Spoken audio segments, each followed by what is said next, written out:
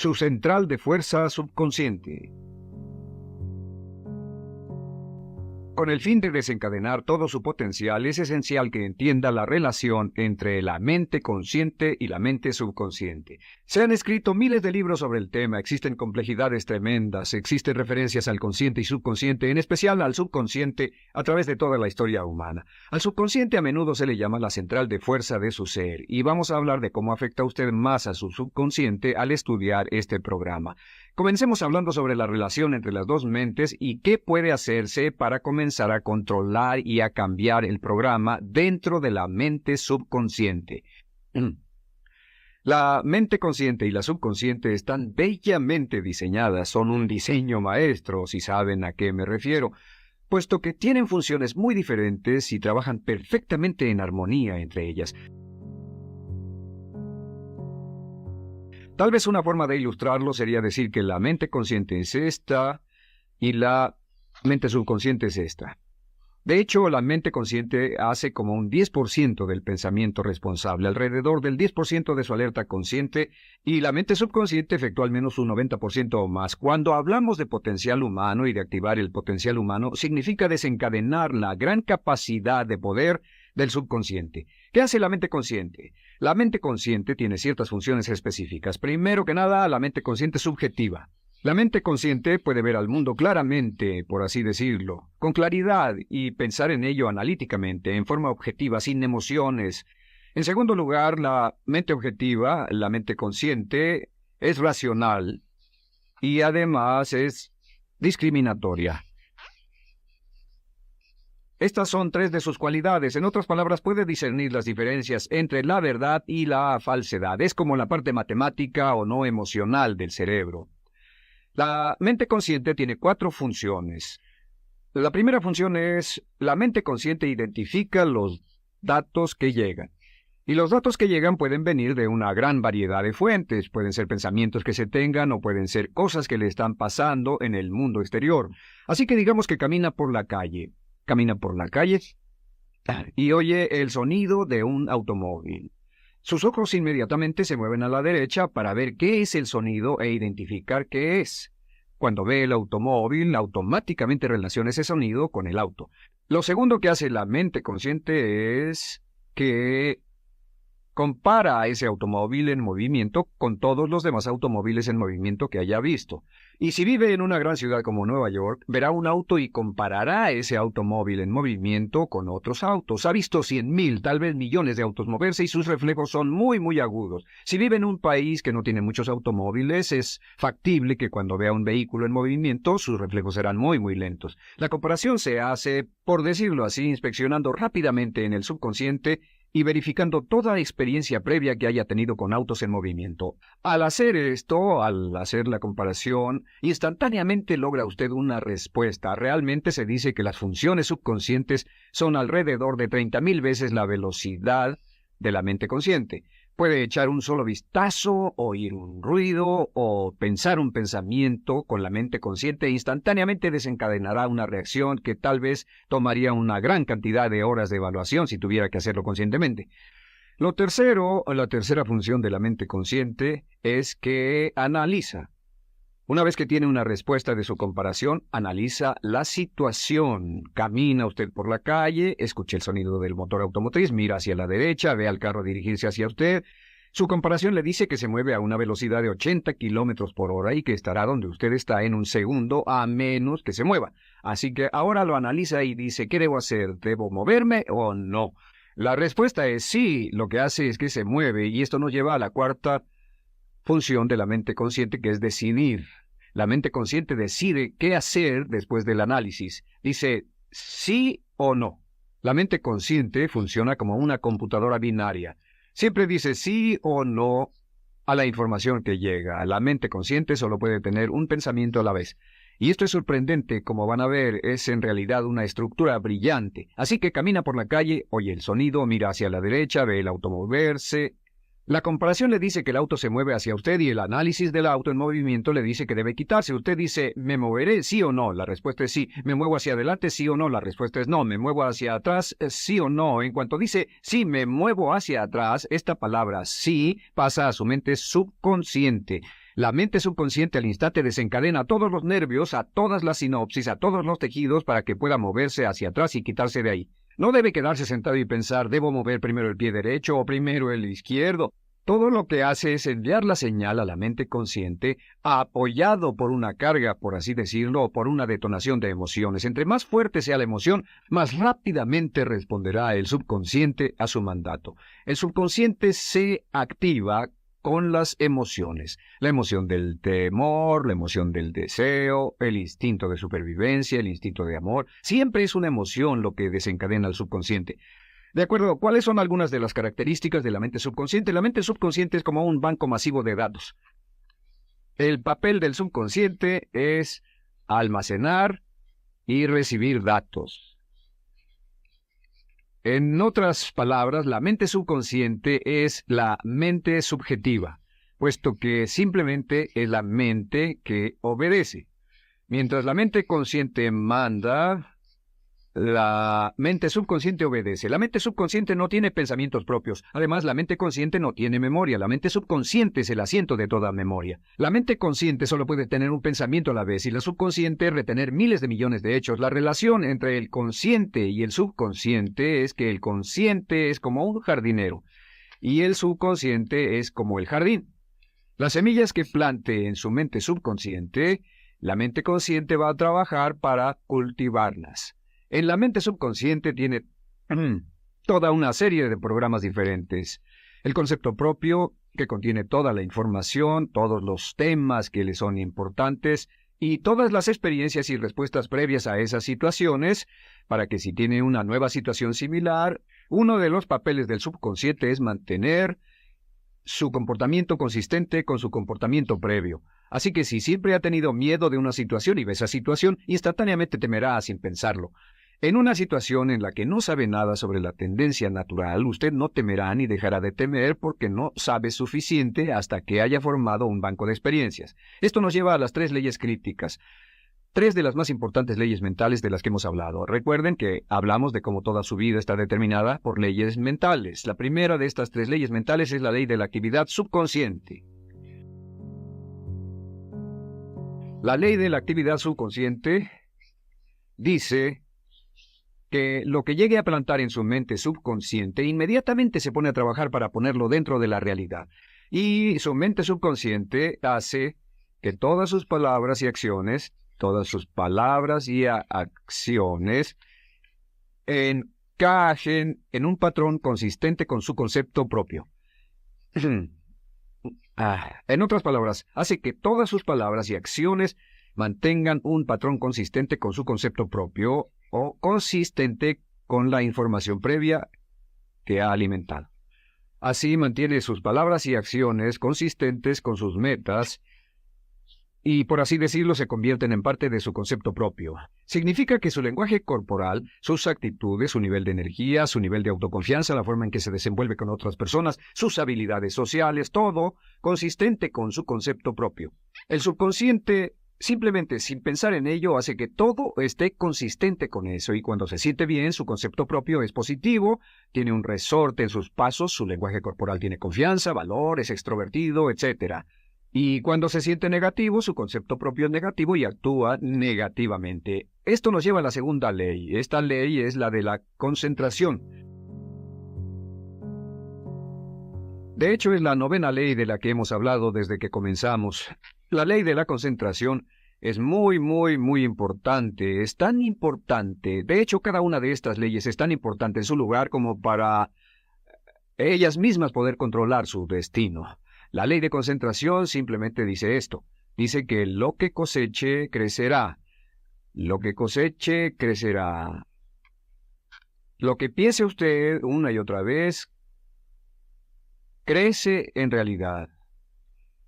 Es muy simple. Antes enseñaba un curso sobre pensamiento creativo y la forma en que se explica es, imagine que esta es la capacidad total que se tiene y cuando envía un pensamiento hacia acá, ocupa un cierto espacio y todo el resto de capacidad mental este es su pensamiento, se usa para pensar en todas las demás cosas que hay en la mente. Pero entre más piense desde el consciente hacia el subconsciente, más su capacidad mental estará comprometida a pensar sobre esta idea, hasta que llegue a un punto en el que esta idea llegue a ser tan consistente que ya no piense en otra cosa, y al no pensar en nada más comenzará a establecer este campo vibratorio. La mente subconsciente es el centro de la ley de atracción, y la ley de vibración y la ley de radiación. Comienza a establecer este campo de vibración que envía energía a pensamiento consistente con lo que está pensando, y lleva a su vida a personas y circunstancias en armonía con dichos pensamientos. Solo debe mirar a su alrededor y debe decir, ¿en qué estoy pensando todo el tiempo? ¿En qué estoy recapacitando todo el tiempo? Y la regla básica con respecto a la ley de concentración es concentrarse en algo, pensar lo que quiere que pase y no sobre lo que teme. Y esto nos lleva a la tercera ley de esta serie, y esa es la ley de sustitución. Ahora, la ley de sustitución, como me han dicho muchos de mis graduados, ha sido la ley más importante que han aprendido. Es una ley muy simple. Se basa en un hecho que la mente consciente solo puede tener un pensamiento a la vez, ya sea positivo o negativo. Si quiere deshacerse de un pensamiento negativo, la mente no es como una aspiradora, no se queda vacía. Si quiere deshacerse de un pensamiento negativo, debe derribarlo con un pensamiento positivo. Puede reemplazar un pensamiento con otro. Reemplazar un pensamiento con otro. Y si hace eso en forma consistente, si reemplaza cualquier pensamiento negativo, cualquier pensamiento de temor, de ansiedad, cualquier pensamiento autolimitante y expectativas negativas, cualquier cosa que lo retenga, temor al fracaso, carencias, pobreza, rechazo, pérdida de cualquier cosa, si lo reemplaza con un pensamiento de deseo, esta es la clave: temor contra deseo. Si mantiene su mente en lo que desea y la aleja de lo que no desea y hace énfasis en lo que desea, sus temores disminuyen y se hacen más pequeños al pensar en lo que desea. Eventualmente, debido a la ley de sustitución, tendrá menos y menos tiempo y menos emoción de pensar en lo que no quiere. ¿Por qué las personas tienen éxito? Simplemente por esto. En la Biblia se dice, a aquel que tiene se le dará más, y a aquel que no tiene, aquello que no tiene se le quitará.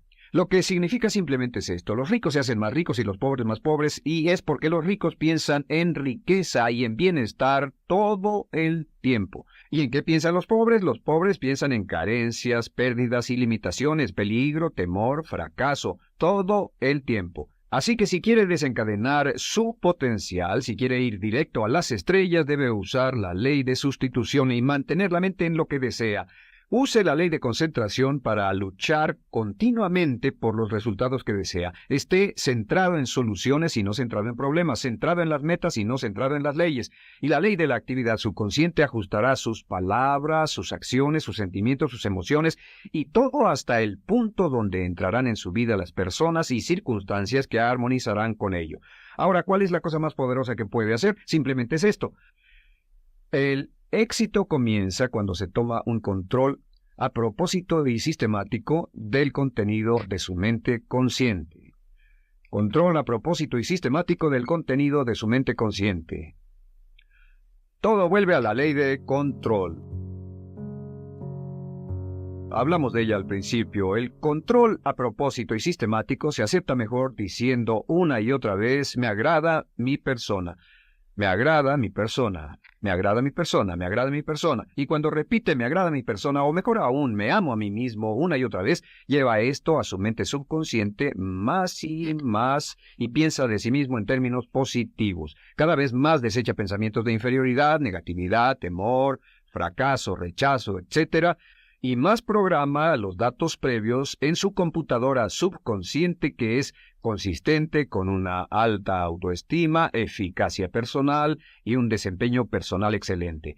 La clave hacia su éxito en la vida es usar el poder de su mente subconsciente, programarlo con sus pensamientos, palabras, imágenes, ideas y sentimientos consistentes con un alto desempeño y mantener su mente en lo que desea y lejos de lo que teme. No olvide, lo único en el mundo que puede controlar es su pensamiento. Lo único en el mundo que puede controlar son sus pensamientos conscientes. Si hace eso, todo lo demás será posible para usted, estando a cargo de su vida.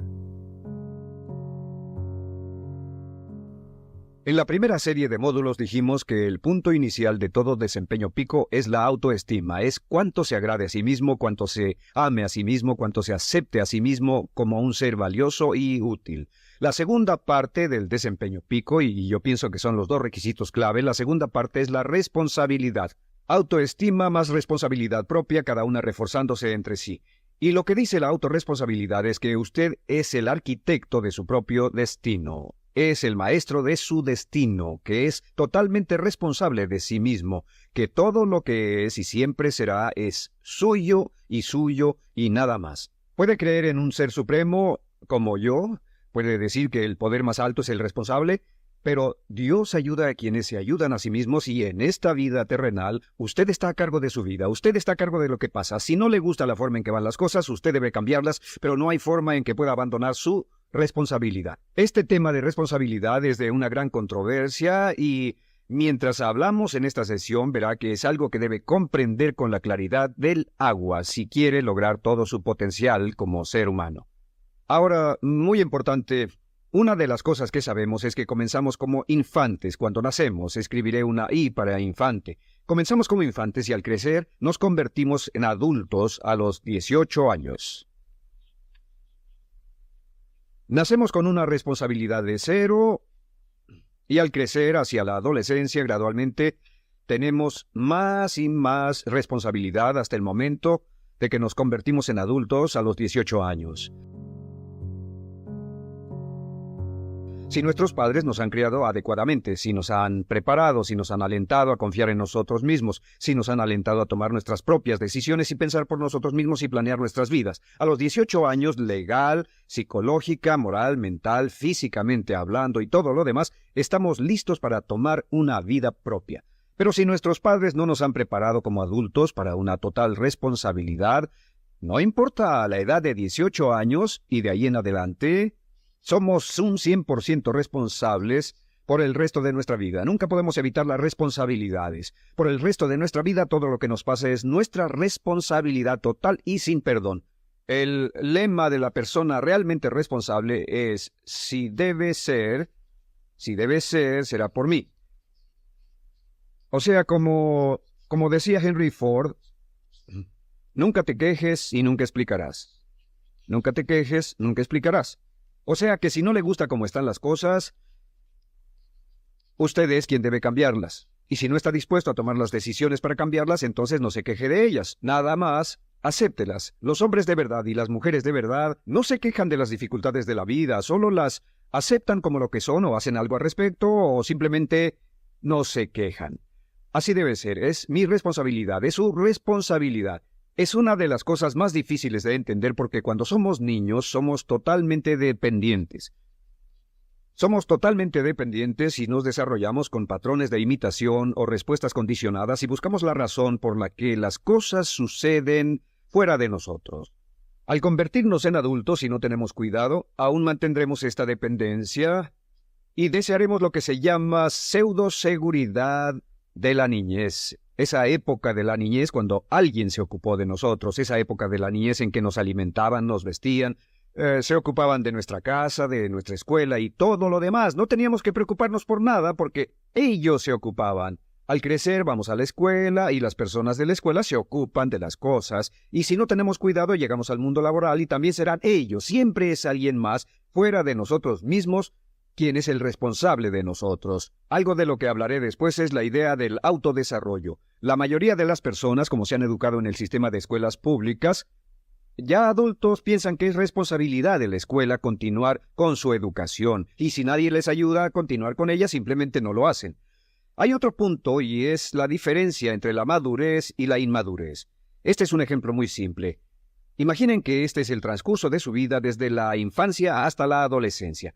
Todo el mundo llega a esta etapa tarde o temprano, y cuando llegan a este acantilado, a este gran cañón, este es el lado de la inmadurez, es el lado de la niñez. Es el lado en el que dependemos de otros y buscamos en los demás nuestras respuestas y nuestras soluciones. Buscamos fuera de nosotros mismos. En este punto llegamos a la orilla del cañón. En la orilla de este cañón buscamos en la tierra de la madurez, la tierra de la adolescencia, y cada uno de nosotros debe tomar una decisión para brincar, dar un gran salto de ser un niño a ser un adulto. A veces esto es obligado y a veces pasa de una forma evolutiva, pero tarde o temprano debemos tomar la decisión para aceptar el hecho de que estamos a cargo de nuestra vida, somos los arquitectos de nuestro destino, y después seguir adelante. ¿Qué hacen muchas personas? Desafortunadamente lo que hace la mayoría es que se estancan en este punto. Se funden en un matrimonio donde alguien más se encarga de ellos, aceptan trabajos donde esperan que sus jefes se ocupen de ellos, etc. O simplemente evitan la responsabilidad buscando la causa de todo lo que pasa en su vida, en otras personas y en otras circunstancias. Es su estructura, su salud, la forma en que los trataron sus padres, etc. Ellos no son responsables. Por otra parte, a veces deciden tomar cierta responsabilidad, pero no demasiada, que equivale a tratar de brincar por el cañón en 2 brincos. ¿Y dónde acaba la gran mayoría de las personas? Desafortunadamente es en el valle de las excusas. La gran mayoría de las personas pasa su vida en el valle de las excusas, poniendo pretextos en vez de lograr progresos. Dicen que existe la enfermedad de las excusas, o sea, el hábito de poner excusa tras excusa por cada una de nuestras fallas e ineptitudes. Es fatal para el éxito. El hábito de dar excusas es fatal para el éxito. Y la pregunta que debe formularse cuando hablamos de responsabilidad es, ¿qué excusas uso para no moverme hacia adelante? Hay una historia muy famosa acerca de Tolstoy. Tolstoy y sus hermanos jugaban un juego muy curioso. Se trataba de que en el jardín estaba una caja y en esa caja estaba la respuesta a todos los enigmas de la vida, y podría encontrar la caja debajo de cierto arbusto mientras no pensara en un gran conejo blanco. Mientras no pensara en ese gran conejo blanco, ni siquiera lo tuviera en la imaginación, podría encontrar la respuesta a todos los misterios de la vida. Por supuesto, nadie nunca encontró la caja, ni nadie nunca encontró la respuesta al misterio de la vida, porque no podían dejar de pensar en el conejo blanco. La pregunta que debe hacerse es, ¿cuál es su gran conejo blanco? ¿En qué es en lo que piensa? ¿Cuál es la excusa que llega a su mente cuando piensa en algo que podría hacer o conseguir? Un trabajo nuevo, un nuevo desafío, una oportunidad, cambiar algo en la vida con lo que no está feliz. ¿Cuál es su conejo blanco? ¿Cuál es la excusa que surge en su mente? Dirá, pues no puedo hacer eso porque, o sí lo sé, pero, quisiera, pero. Siempre hay una razón. Soy muy joven, soy muy viejo, soy muy alto, soy muy bajo, no tengo suficiente educación, tengo demasiada educación, no es el tiempo adecuado, es el lugar inadecuado, etc. ¿Cuál es su conejo blanco? ¿Qué es lo que está en el fondo de su mente que ocasiona que ponga pretextos? ¿Qué hace que se quede atrás y no tome responsabilidades? ¿Qué lo mantiene en la tierra de la infancia, la inmadurez y la irresponsabilidad? Es una pregunta muy, muy importante que debe hacer. Ahora, al hablar de responsabilidades, hablamos de algo más. Es tan simple como esto, es que la aceptación de la responsabilidad no es opcional. Muchos de nosotros quisiéramos pensar, bueno, tomaré un poco de responsabilidad aquí o también otro poco allá. No, la aceptación de la responsabilidad no es opcional. Cuando cumple 18 años de edad, se vuelve 100% responsable. No tiene opción en la cuestión. Realmente hay algunas cosas en la vida sobre las que se tiene opción, pero en esto no tiene ninguna. Es obligatorio. Es obligatorio si quiere cumplir su potencial. Si quiere convertirse en todo en lo que puede convertirse, debe aceptar la responsabilidad total de las circunstancias, de los cambios, de tomar las decisiones difíciles que sean necesarias. Si tomamos la palabra responsabilidad, sabemos que podemos dividirla en 2 palabras, respons y habilidad. Y una de las cosas que he aprendido al estudiar historia es que toda la vida es una serie de retos, dificultades, problemas, obstáculos, desafíos que enfrentar. Y la diferencia entre los ganadores y los perdedores no es la diferencia en los problemas, porque todo el mundo tiene problemas, y la mayoría, muchas personas, tienen más y mayores problemas de los que usted y yo hayamos soñado. La diferencia en la vida, la diferencia entre los ganadores y los perdedores es la respuesta a los problemas. Hace muchos años, un hombre llamado Oswald Spengler escribió un libro en el que hablaba de lo que llamamos la teoría del desafío-respuesta. La teoría del desafío-respuesta simplemente es que las civilizaciones crecen y se deterioran al grado en que enfrentan los desafíos en forma efectiva y responden igual. Una sociedad pequeña comienza pequeña y casi invariablemente se verá desafiada por un enemigo externo o la naturaleza o el clima o algo así. Si la sociedad responde de una forma positiva y constructiva al desafío, la sociedad crece. Al crecer desencadena más desafíos, dificultades, y si responde a ellas de manera eficaz, crece un poco más. Oswald Spengler estudió a los 21 grandes imperios de la civilización humana y descubrió que cada uno de ellos seguía este ciclo. Mientras la civilización seguía creciendo con los desafíos, se hacía cada vez más fuerte. La razón por la que esta analogía es tan importante es que nosotros, como seres humanos, somos exactamente iguales. Nosotros también crecemos al grado en que respondamos con eficacia, al grado en que aceptemos los desafíos que la vida nos depara, sin poner pretextos. Cuando vemos a los grandes hombres y mujeres de la historia como Albert Schweitzer, Winston Churchill, George Washington, Abraham Lincoln o Franklin Delano Roosevelt, los vemos y descubrimos que son las personas que enfrentaron los desafíos de su época. Si desea usted ser capaz de enfrentar los grandes desafíos, lo que debe hacer es comenzar en una base cotidiana a enfrentar pequeños desafíos. Significa que sin importar lo que pase, acepta el desafío, acepta la responsabilidad, rechaza las excusas y sigue usted adelante. Ahora, hay 3 áreas en la vida moderna, de las que debe estar muy consciente. La primera es el área política. Si mira alrededor, verá que hay muchas cosas que impulsa el gobierno. El gobierno es responsable y lo hacen responsable. Lo que las personas quieren es que el gobierno sea sus padres. Quieren que el gobierno los proteja, que se ocupe de ellos. Entre más vote por los políticos para que hagan las cosas, más control les otorga usted. Entienda, nunca puede evitar su responsabilidad, solo puede evitar el control. ¿Cómo otorga el control? Les da el control cuando vota por ellos para que gasten el dinero, regulen más su empresa, les dé más de sus ingresos, etc.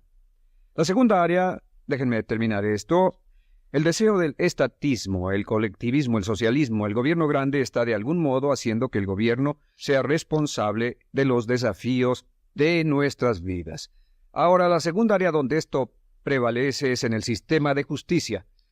Verá que la característica de todos los delincuentes es que rehúsan aceptar la responsabilidad de sus delitos. Siempre fue alguien más o algo más, siempre fue su niñez, su historia previa o el otro sujeto. La única forma en que esta situación cambia es cuando aceptan la responsabilidad de los delitos que han cometido y dicen: yo hice esto, nadie me obligó a hacerlo, soy responsable, y dejan de volver a la cárcel. La tercera área es la medicina.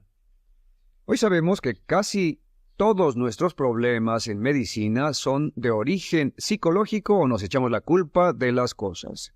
El americano o el canadiense promedio pesa de 10 a 20 libras de más. En medicina esperamos que el doctor sea el responsable.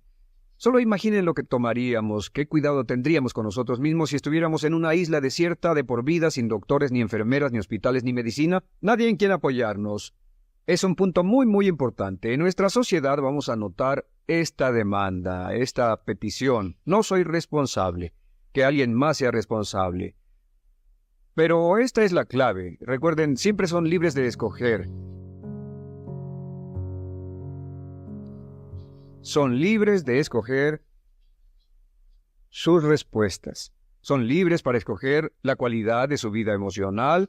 Saben que van a decidir cómo van a sentirse dependiendo de cómo respondan. Deciden cuándo enfadarse, cuándo estar felices, infelices. Deciden cuál va a ser su actitud cuando se levanten en la mañana.